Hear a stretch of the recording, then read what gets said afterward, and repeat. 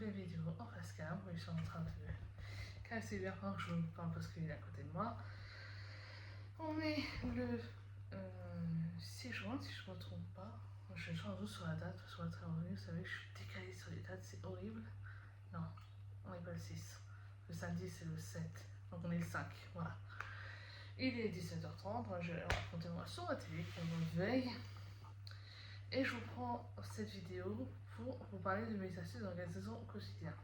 Donc, depuis que je suis maman, j'ai mis en place des organisations pour être plus organisée, passer plus de temps avec ma fille, pour que le quotidien soit plus facile.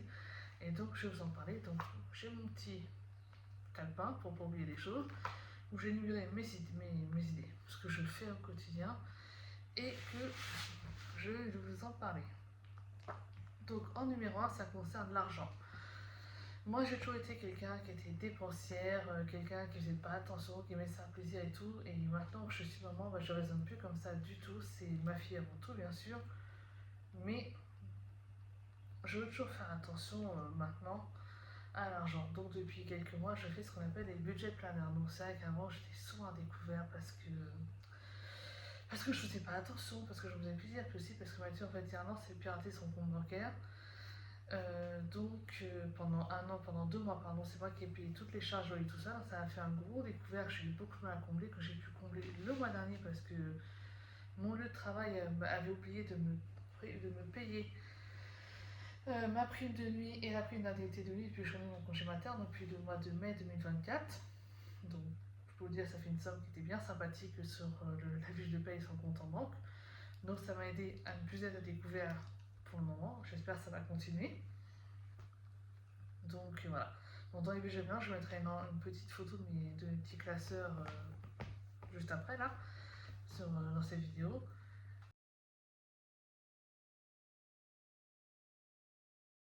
Donc en fait, ce que je fais, c'est le principe, c'est mon salaire arrive, la CAF me verse ce qu'il doit me verser pour ma fille. Une fois que c'est sur mon compte, je calcule les charges. Donc je déduis toutes les charges, ma part du loyer, le DF, l'eau, l'électricité, ainsi de suite. Et je vois le reste à vivre. Le reste à vivre, je sais que pour les courses par exemple, on est 3, on est presque à 500 de courses par mois, donc je divise par 2. Ouais, je fais à peu près 300 pour nous, 200 par année, sachant que les enveloppes se mélangent. Moi, ce que je veux surtout, c'est pouvoir avoir le budget pour ma fille, pour pouvoir acheter tout ce qu'elle a besoin pour tous les jours, quoi, tout simplement. Que ce soit les petits pots, les lingettes, les goûters, les vêtements pour la rhabiller, tout ça, voilà. Donc des fois, quand je suis passé 100 euros, je pioche sur un autre, ou vice versa. Hein. Mais jusqu'à maintenant, voilà, j'arrive toujours à m'en sortir.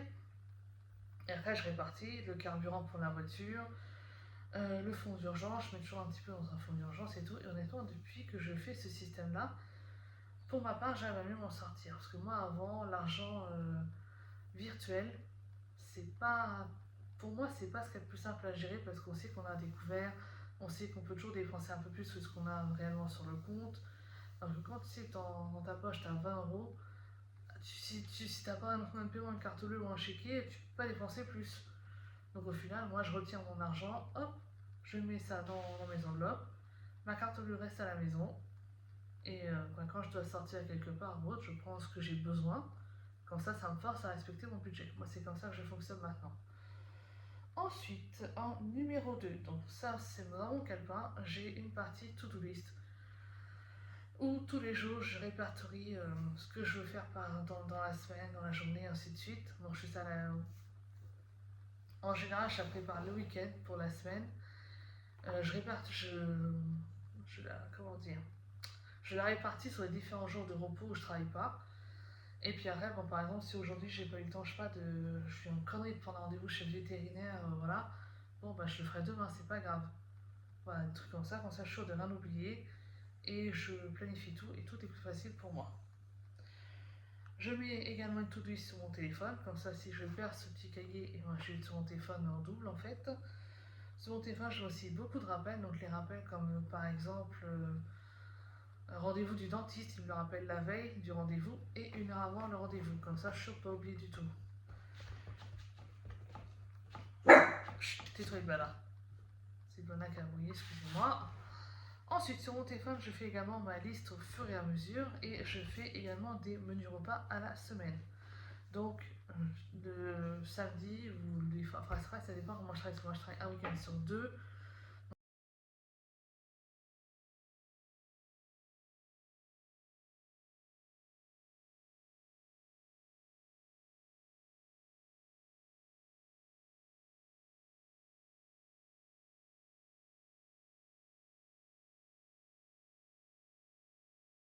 Donc, quand je travaille le week-end, c'est le lundi que je la fais. Et si je travaille ou le vendredi, des fois, et si je travaille pas le week-end, c'est le week-end que je fais pour la semaine qui suit. Donc, je planifie ce qu'on mange dans la semaine. Bon, par exemple, lundi, c'est, je sais pas, quiche Lorraine. Le mardi, c'est spaghetti bolognaise, tout trucs comme ça. Bon, des fois, on peut inverser, on peut manger le menu du lundi, le jeudi, ou vice versa. Mais le truc étant, c'est de ne pas perdre de temps dans les magasins, de savoir ce que je dois acheter, d'essayer de ne pas dépasser aussi le budget et de vraiment acheter ce que j'ai besoin. En général, ça fonctionne. Après, c'est vrai que des fois, je fais des choses pas prévues forcément parce que bah, des fois, il y a des promotions intéressantes et bah, j'en profite. Et puis, de toute façon, l'autre soir, par exemple, c'est les adoucissants, les deux bouteilles de soupline pour 7 euros, je sais plus combien de centimes. Bon, c'est pas prévu dans la liste de courses, mais je prends parce que de toute façon, ce sera utilisé, c'est pas du gâchis. Donc voilà. Ensuite, là on est numéro 5. Pour la cuisine, j'utilise principalement beaucoup le robot Monsieur Smart chez Lidl. Je l'ai acheté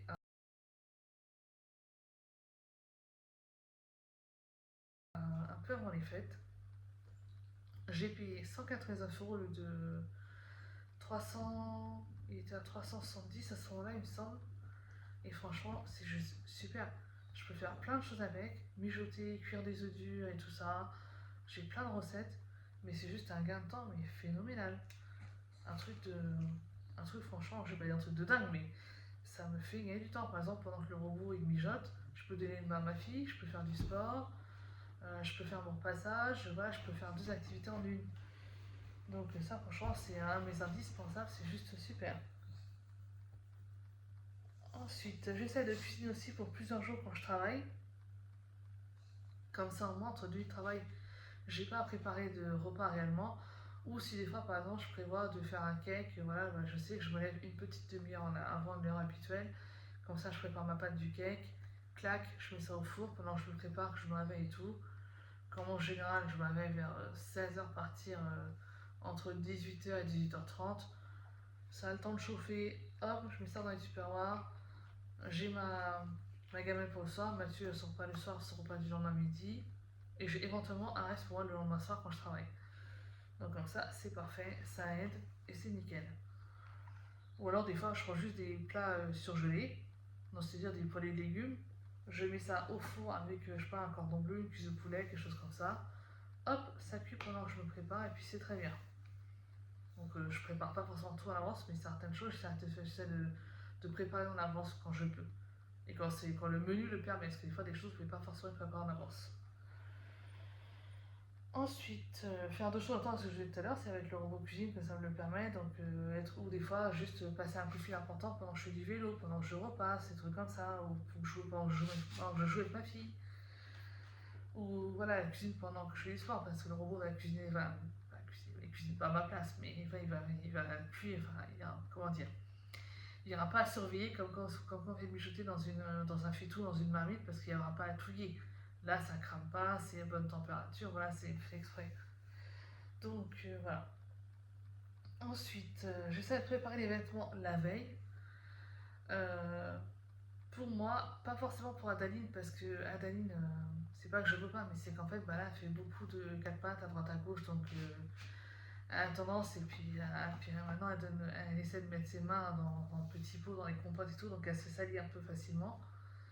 Mais moi, pour moi, quand je travaille, je prépare mes vêtements pour les jours où je travaille, pour avoir le soir, quand je me réveille pour aller au boulot, j'ai un petit bâillement, excusez-moi, à regarder et dire oh mais qu'est-ce que je mets ce soir. C'est prêt, je prends, je m'habille. Après des fois ça peut changer, hein. Si je vois qu'il pleut et que j'avais prévu un truc pas adapté, j'adapte, ça c'est clair. Mais en général j'ai l'application météo et ça va, je ne me trompe pas. Voilà. Et ensuite Euh, Ensuite, bien sûr, il y a mon agenda personnalisé que je me suis fait, donc qui est par là, que je refais encore pour cette année, où j'ai inclus quelques modifications parce qu'il y a des choses qui m'ont pas forcément convenu quand j'avais prévu.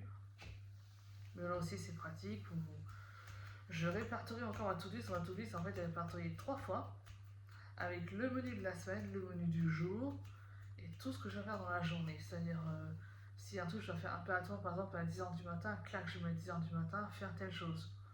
Ou rendez-vous, tel endroit, telle heure. Et ça m'aide vachement pour l'organisation. Donc voilà, c'est une façon de m'organiser au quotidien. Après, voilà, rien n'est parfait, hein. Je pense qu'on a tous nos petits trucs d'organisation. Je dirais que la chose qui me manque pour être bien organisé vraiment à 100%, ce serait un aspirateur robot qui lave et enfin, qui aspire et qui lave en même temps. Ça serait nickel, mais bon, pour l'instant, c'est pas dans le budget, donc c'est pas la priorité, mais j'avoue, ce serait ce qui manque avec 4 chiens, un chat, puis un enfant et 2 adultes. Franchement, c'est un truc qui manque. Et hop, le matin, Adèle n'est pas levé. Les chiens, ils ont été dehors, j'ai pas eu le temps d'essuyer les pattes, il y a des petites traces. Hop. Alors que là, bah, je suis en train de nettoyer le balai, l'aspirateur, le Superjet. Bon, ça aide quand même pas sur le Superjet parce que le temps de séchage n'est pas aussi long que quand on nettoie avec la serpillière. Et c'est plus rapide, mais c'est vrai qu'un aspirateur qui aspire et qui nettoie, ce serait parfait. Mais bon, on peut pas tout avoir, hein, tout a un budget dans la vie. Et pour moi, le budget, c'est pas la priorité, ce genre de choses. Donc voilà. Mais écoutez, cette petite vidéo est terminée. J'espère qu'elle vous aura plu, qu'elle pourra vous donner des petites idées si vous n'avez pas ce genre. Si vous n'y avez pas pensé pour votre organisation, peut-être qu'elle peut vous convenir, ne pas vous convenir aussi, c'est aussi possible, hein. Dites-moi aussi en petit commentaire, vous, comment vous vous organisez, si vous êtes du genre à faire les choses au fur et à mesure et pas forcément prévoir des menus, pas forcément faire ci ou ça, mais ou voilà, si vous avez une autre façon de vous organiser, dites-le moi. Et puis, ah oui, aussi un autre truc que je voulais vous parler, ça rentre dans mon organisation, mais c'est une façon que je fais. C'est, je fais le ménage à fond quand je travaille pas. Par exemple, là, je travaille ce soir et demain soir. Bah, aujourd'hui, j'ai fait mon passage à fond. Donc, tout le linge qui était déjà lavé de hier avant-hier quand je travaillais, j'ai repassé, je n'ai plus qu'à les ranger. Donc ça, je vais faire ça là avant de partir au boulot. J'ai fait les repas pour ce soir, demain, quand j'ai le temps pour les repas, comment je. Voilà. Enfin voilà, tout ce que je peux éviter de me donner à faire entre deux nuits de travail, je le fais. Comme ça, entre deux nuits de travail, ce qui me reste à faire, en fait, c'est uniquement la litière du chat, sortir les poubelles, éventuellement préparer un truc à manger si j'ai pas eu le temps de faire en avance ou si c'est pas quelque chose que je peux préparer en avance. Mais voilà, ça rentre dans l'organisation de tout préparer en avance, enfin de faire un maximum de choses en avance. C'est un peu comme on avait, vous savez, moi à l'école avant, je pense qu'on a beaucoup à faire ça comme ça. C'est surtout quand on est au collège, souvent les profs donnent des devoirs en avance, comme par exemple quand on a SVT, bah, on n'a pas SVT tous les jours, on a SVT quoi, 2 heures dans la semaine, quelque chose comme ça, et c'est 2 heures d'affilée en général.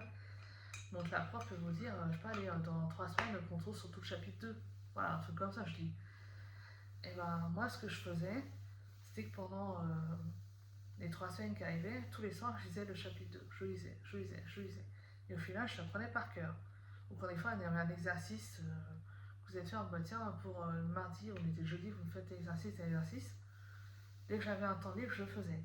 Comme ça, après, la veille, j'avais que à regarder si tout était fait, faire l'exercice de dernière minute qu'on me donne dernière minute, parce que des fois, quand on abatte le lundi, on abatte le mardi, on a entre deux des exercices à faire le soir, par exemple. Et voilà. Bah là, en fait, ce que je fais en fait, pour le ménage à la maison, pour l'entretien et tout, bah, ça revient un peu pareil en fait.